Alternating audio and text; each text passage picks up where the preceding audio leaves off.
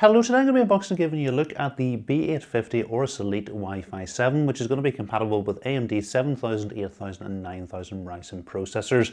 So let's go ahead and get it unboxed and take a closer look at it.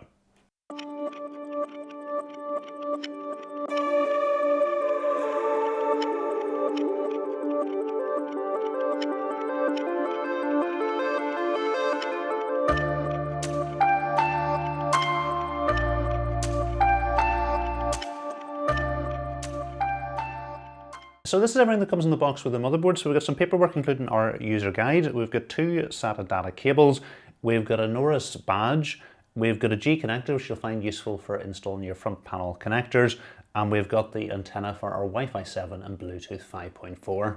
Taking a closer look at the motherboard, working along the bottom from left to right, first of all we've got our HD audio connector, followed by two 3-pin 5V ARGB connectors, and then we've got a single 4-pin 12V non-addressable RGB connector. Next to this we've got a trusted platform module header, followed by two system fan headers, and then we've got an LED demo port. We've then got two USB 2.0 headers, followed by another system fan header, and next to this we've got a system fan stroke pump header. At the bottom right of the motherboard we've got our system panel header where you're going to plug in your front panel connectors, and we've also got chassis intrusion, speaker and power LED headers. Just above this header we've got a clear CMOS jumper, and then directly above this we've got a reset jumper.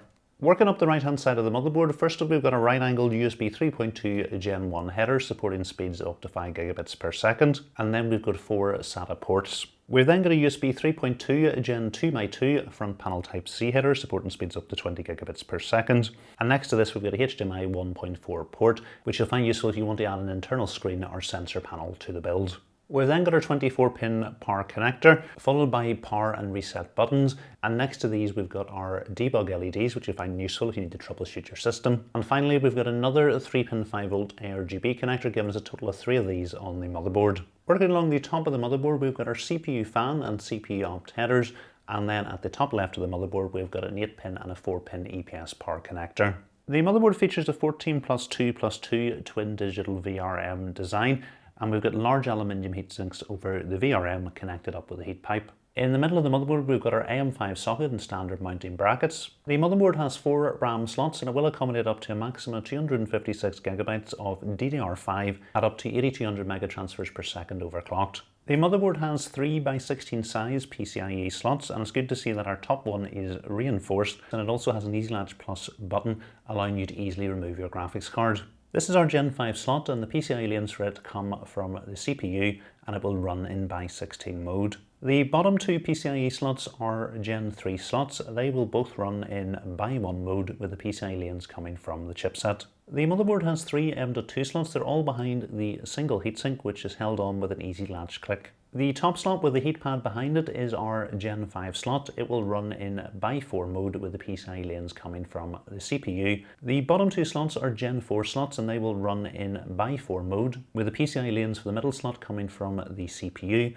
and the PCIe lanes for the bottom slot coming from the chipset. No matter which of the slots you install your M.2 SSD in, it's going to be completely toolless using AORUS's Easy Latch Plus. Taking a look at our rear I/O, first of all we've got a DisplayPort 1.4 port, and beneath this we've got our Q-Flash Plus button which you'll find useful if you need to flash your BIOS. Beneath this we've got 4 USB 2.0 Type A ports, followed by a USB 3.2 Gen 2 Type C port which will support speeds of up to 10 gigabits per second. The 5 blue ports are USB 3.2 Gen 1 Type A ports supporting speeds of 5 gigabits per second, and then the 2 red ports are USB 3.2 Gen 2 Type A ports supporting speeds of 10 gigabits per second.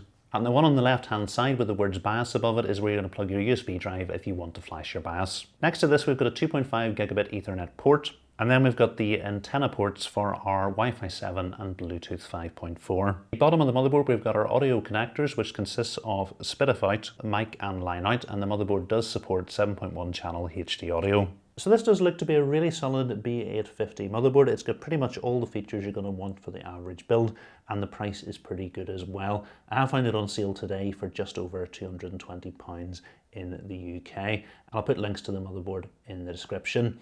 If you have enjoyed this unboxing overview, please remember to give it a thumbs up, and if you're not currently subscribed to the channel, please hit the subscribe button as well. Thanks for watching.